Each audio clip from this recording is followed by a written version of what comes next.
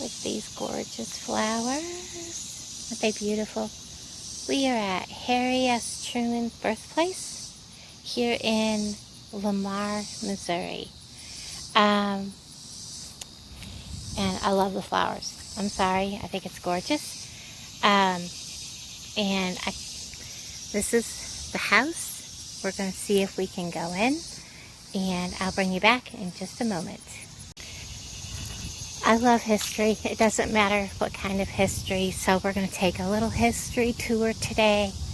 And Harry S Truman was very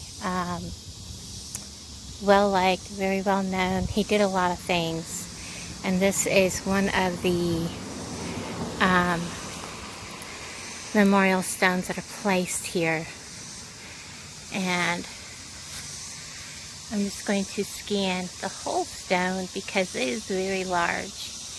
And it says that he was born here at Lamar, Missouri, May 8th, 1884. And he died in Kansas City, Missouri on December 26, 1972.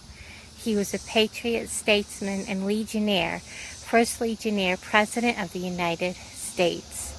And we have this, and this memorial was erected in May 1984 by the Legionnaires and Friends of the American Legion Department of Missouri through efforts of the 15th District.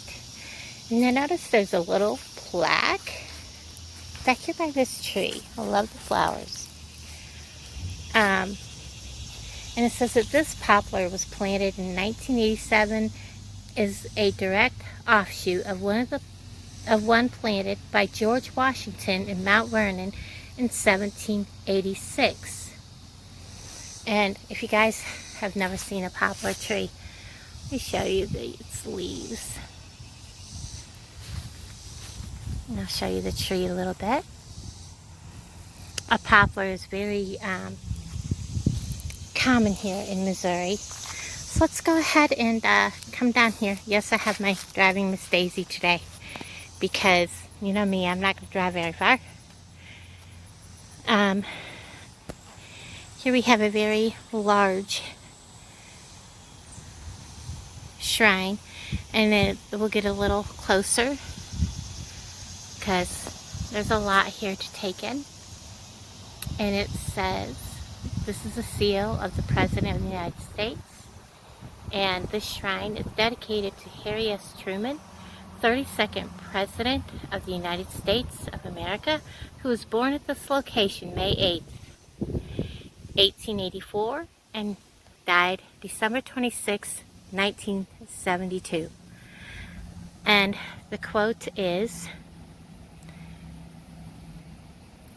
"I ask only to be a good and faithful servant of my Lord and my people, Harry S Truman."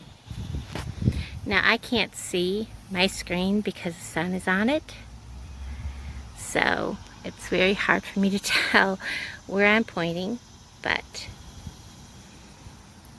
I'm going to take a quick screenshot.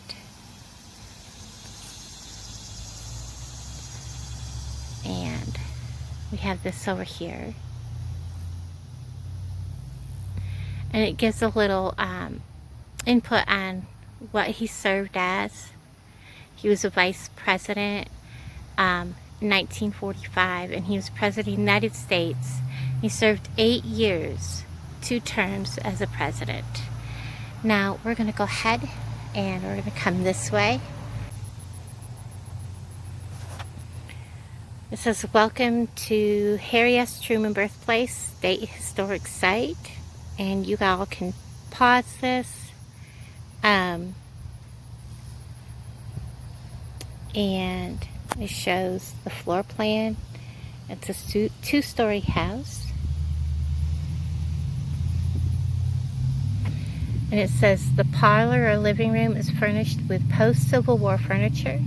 The bay window was a popular feature in living rooms of this period. And I love a bay window. They just give you something to bring the sunlight in. This room off the kitchen is furnished as a downstairs bedroom. The smallest room in the house, where President Truman was born, is furnished as a downstairs bedroom. The photograph on the left is the only known image of President Truman as a baby. Well, it's actually on the right, but that's okay. The kitchen, furnished with period artifacts, was probably the center of the family activity of the home. And this room was furnished with period furniture as a sewing room of the era. Boy, I can't talk today.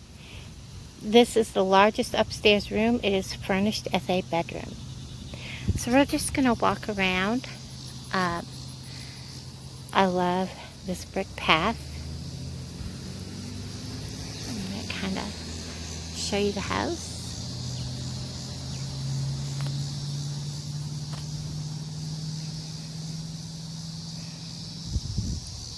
And how many of you know what that is? Comment below.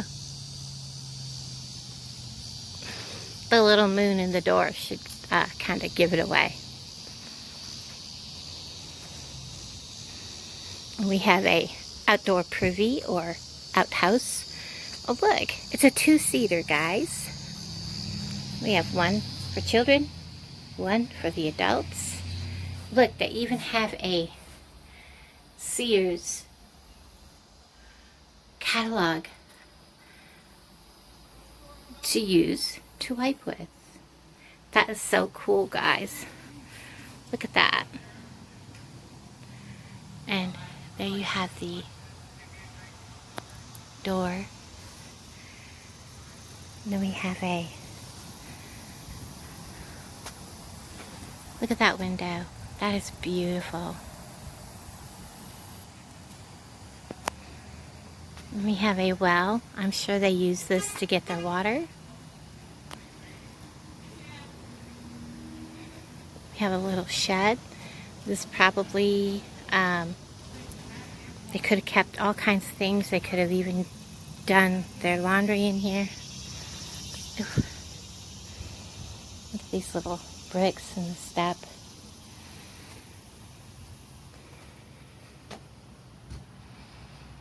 They have what looks like possibly dried meat. Now I wouldn't, because I don't think we're going to actually go for the tour. But I'm not sure if that's actual real dried meat up there. But it looks quite authentic looking. Back there you see an old wash for scrubbing clothes on. Way back there, that is a rug beater. Got some horseshoes, an old shovel for shoveling out a fireplace or wood stove. You've got an old peck, an old piece of a stovepipe. Got some firewood, and that would have been to cook in, I think. Depends on what they used it for. There's actually an old, like a wash basin,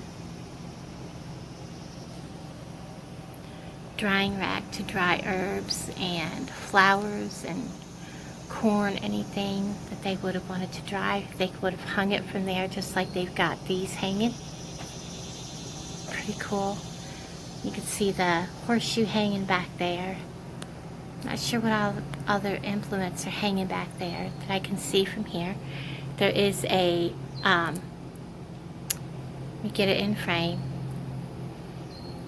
a sickle for cutting weeds and grasses, and probably for cutting like flowers and things. And I see an auger right there, a hand auger, and I don't see the handle, but there's the blade. See that blade? It's kind of hiding behind stuff, and that's a bee. There's a blade that's running. Oh yeah, look at the handle goes up. No, that's the handle of the thing. But that is a blade off from a big scythe that would be used to cut like taller grasses and things like that from. So a lot of artifacts in here. That is really, really cool to see. Make sure I'm zoomed all the way out. And yes, I've used all of those things growing up. And here's the well, which has a grate over it. But I'm not going to leave my phone over that. Don't know how deep it is, but there you have it. That's as far as I'm going. And because I am a klutz and I don't want to drop my phone down in that well. And then I will just kind of give you a peek through the windows because I'm sure the tour is not free. I have found out real quick, anything like this, they charge for the tours, which is understandable. So we're just going to walk around, and I just wanted to show you this place. It is gorgeous. It has the wood shingles on the top, on the roof. Very pretty. Again, so if you're ever in the area of Missouri and Lamar, good place to come by.